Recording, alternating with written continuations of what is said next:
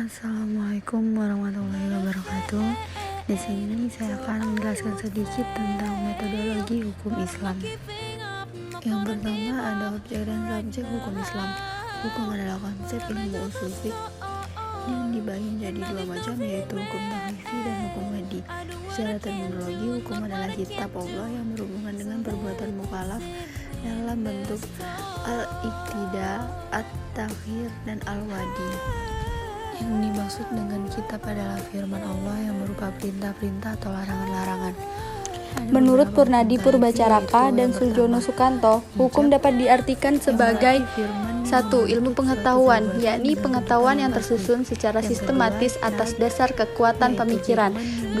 Disiplin, yakni suatu sistem ajaran tentang kenyataan atau gejala-gejala yang dihadapi. Hukum taklifi dibagi menjadi 7, yaitu fardu, wajib, tahrim, karaha tahrim, karaha tanzih, naf, dan ibah. Menurut ulama Hanafiyah, jika suatu perintah didasarkan pada dalil yang pasti seperti Al-Quran dan hadis mutawatir, perintah itu disebut dengan perintah fardu. Taklifi juga disebut pula sebagai jenis perbuatan hukum. Selanjutnya, hukum wadi ialah firman Allah yang menjadikan sesuatu sebagai sebab adanya yang lain, yaitu musabab, atau sebagai syarat yang lain, yaitu masyrut, atau sebagai penghalang, yaitu mani, adanya yang lain.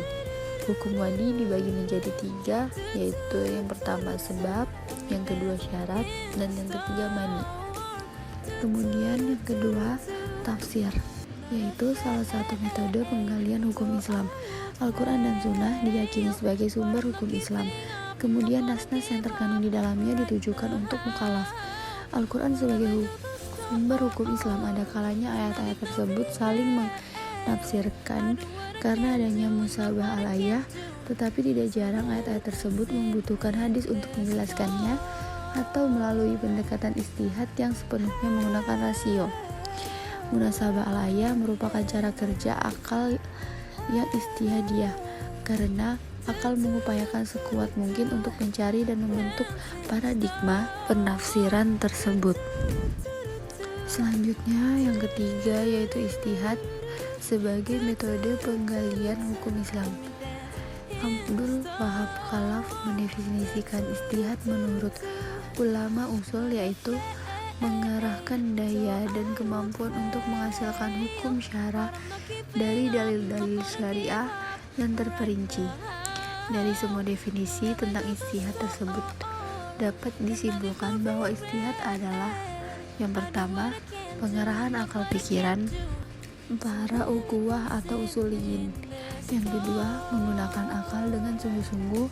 Yang ketiga, berkaitan dengan hukum syar'i dan amaliyah.